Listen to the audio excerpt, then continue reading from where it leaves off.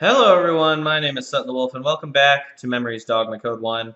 We just left Haruna behind, so she can be a distraction. I basically spent the better part of the ending of last episode talking about how I didn't really like that, and how I thought the writing slash pacing in the last episode was kinda eh. But that aside, it's not like it makes me hate this game or anything. So I think that it's gonna be I think it's gonna get right back up to where it was. So let's get back in here. Let's go. Yeah. Supporting Kakeru from both sides. We slip out of the gate and leave the school. I said last time, I think the writing of this game, overall, has been really good. It's been really mystifying.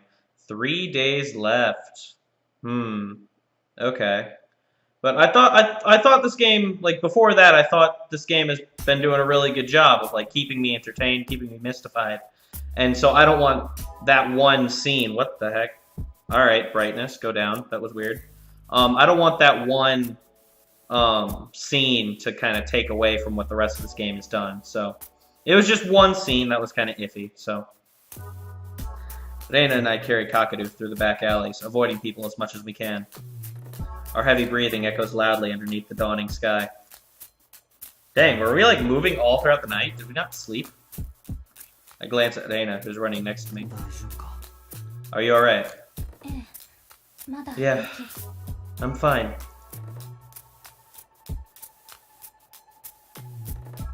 I feel like we've seen this before. Yeah. So this has been walled up with police tape, yeah? This looks like the place that had the explosion. Maybe I'm just thinking of that. It's been a while.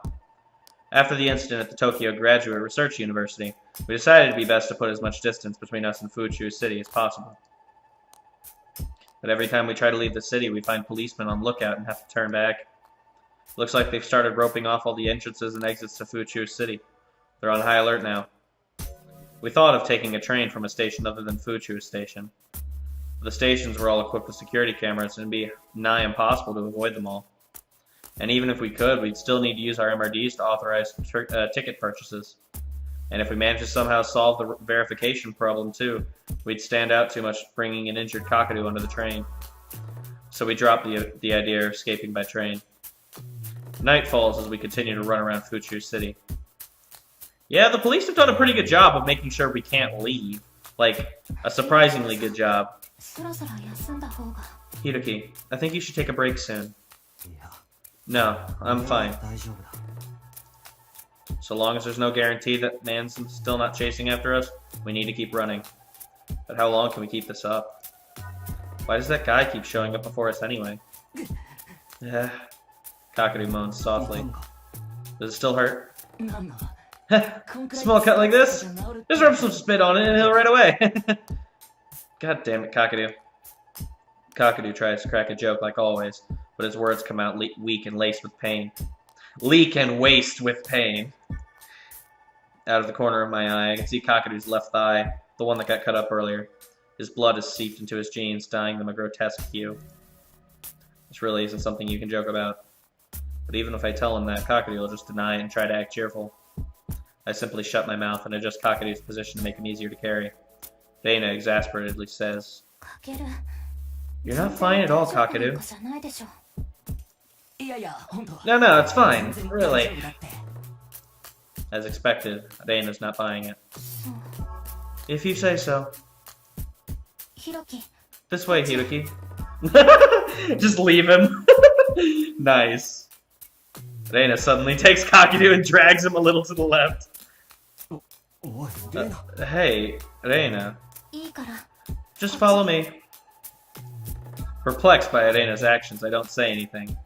Reina drags us over to the left side of a narrow alley.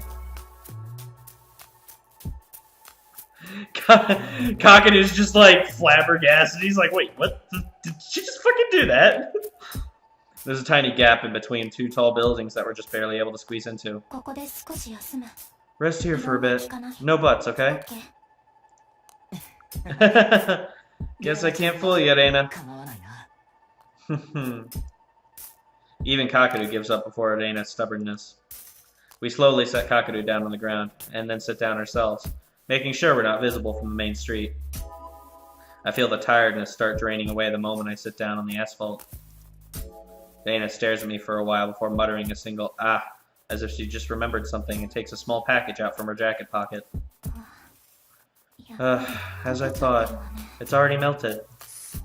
What's that? Chocolate. Sugar's good for when you're tired, right? Alright, you've just randomly had chocolate on you this entire time. Dana offers me a piece. Looks like each piece is wrapped in its own individual wrapper. We really should be eating something better than this. And, well, this is already melted. Well, I mean, it's something. It's good enough for me. Thanks. I give Reina a small nod and take the chocolate. Is Kakeru not getting any? Like, she just gave some to me and that's it. I can tell just from feeling the wrapper that the chocolate inside is melted. It's just like Reina to worry about something like that, though I personally don't care if it's melted or not. I carefully remove the wrapper, making sure none of the chocolate spills out, and put a piece in my mouth. As the chocolate dissolves in my mouth, the sweetness of it spreads throughout my body. I don't think chocolate has ever tasted this good. Yeah, I mean, food generally tastes better whenever you haven't had a lot of it. Feels like it's been ages since I've last gotten any sleep or had a proper meal. It's because you're so tired. It's natural to feel that way. Reina unwraps another piece of chocolate and offers it to Kakeru with a gesture that seems to say, "Here you go." Okay, I was hoping that she would give some to Kakeru and not just us. Kind of a dick move. Kakeru takes the chocolate and puts it into his mouth with a grimace. We need to get Kakeru treated soon. I nod and bend my right thumb as if I'm holding a card in my hand. The camera in the MRD picks up the motion and puts a card-sized AR display in my hand, showing my home screen. I flick my thumb and the screen swaps to one with a large amount of icons lined up. I scroll until I get to the Maps application. I touch the icon with my thumb, and after a short loading screen, a 3D map of the area is projected into the air.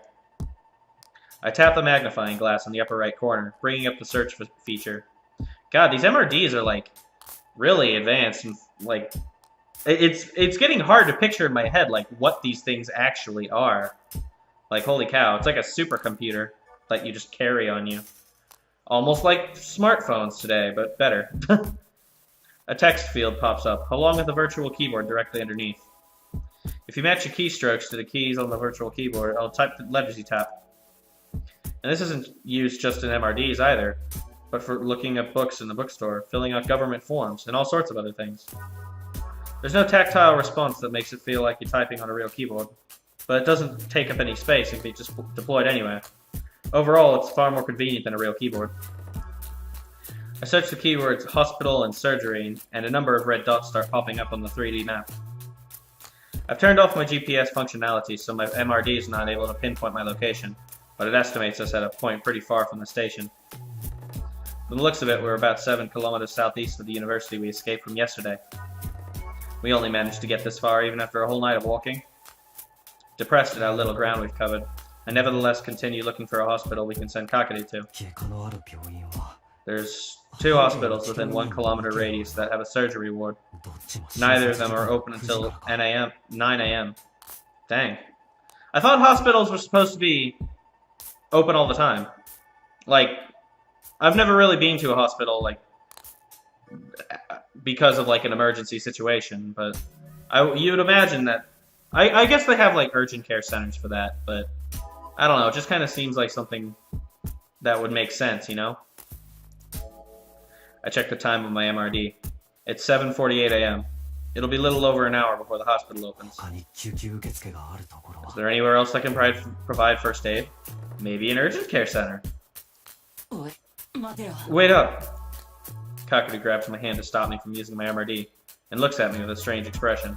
A hospital's gonna have tons of people, and I bet the waiting room will have the news going too. That's a good point, actually. It's too dangerous for you at Reina-chan to walk in there. Fair point. I knew that without having to be told. I glance over at Reina, noticing my gaze. Reina nods. Dana knew it too. But just like how Kakeru couldn't just leave me be when I went out to fight the guy, I can't leave Kakeru behind now. That was the first time I'd ever seen Kakeru be so frank with his feelings. Yeah, he kind of freaked out at us before he got slashed, didn't he? Even when Sutton died, Kakeru had acted as cheerful as always. Always joking with that cheerful expression. That's Kakeru. Honestly, it kind of pissed me off sometimes just how cheerful Kakeru always acted.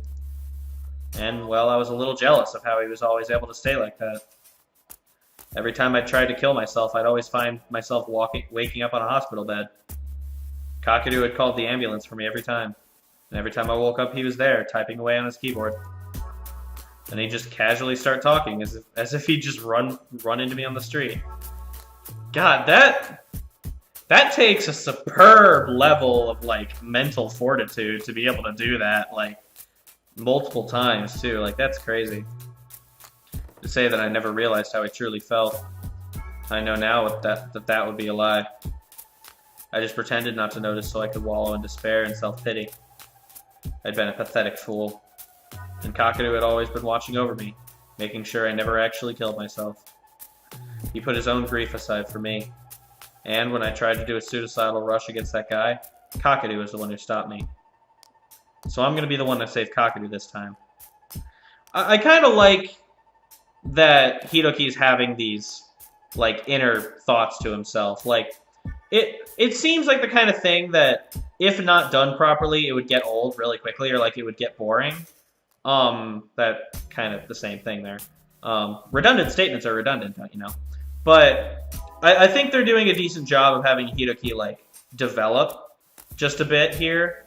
Because he started out as just this, like, really grim, dark character who didn't give two shits about anything. But now he's, like, he's starting to realize, like, he can't just not care about things anymore. So, I kind of like that he's getting not, like, giant amounts of dynamic progression, but he's like, slowly inching on the spectrum of, like, needing to care about things. I like that they're doing, like, a slow progression with that. What do we got? Kakeru just looking off to the side somewhere? Do you think we could just leave you next to the hospital somewhere, Kakeru? Then you could walk the rest of the way yourself. Come on, we really aren't in any possession to do that. Kakeru stubbornly refuses to budge. There's still something left that we need to do, isn't there? You and Reina-chan can't hack their system, right? Ooh, that might actually be a good point. I didn't even think of that. Well, no, we can't, but we've already come this far. There's no way I'm gonna throw in the towel now. Damn. You go, Kakeru. Well, it's true that we still have a goal. And Kakeru is indispensable in achieving it. You do have a point, Kakeru.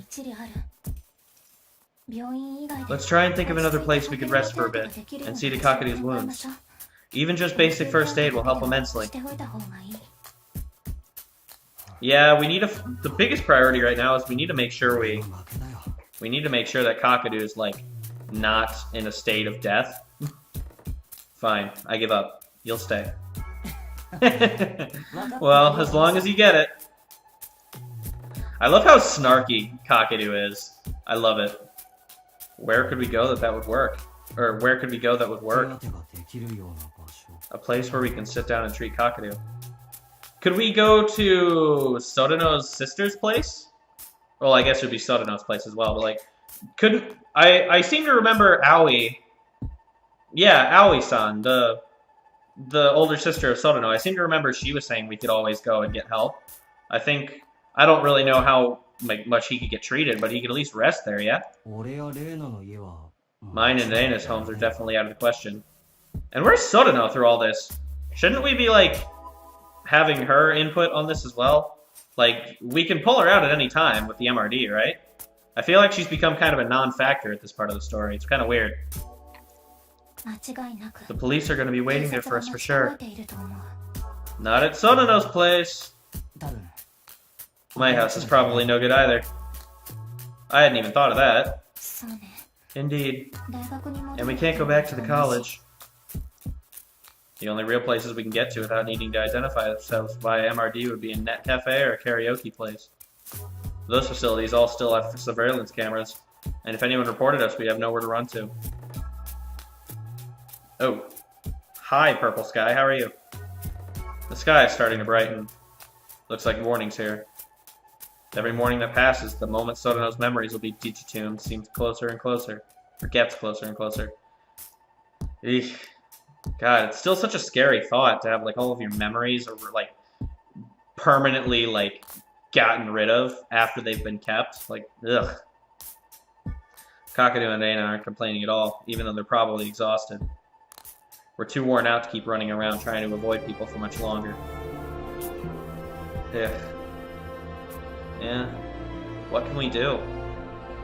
Alright, we're going to figure that out on the next episode, guys. Thank you so much for watching. That's going to do it for me today. Leave your thoughts and opinions down in the comment section down below. I will always read them and I'll always take them into account. And as always, I will see you guys for another episode of Memories Dogma Code 1.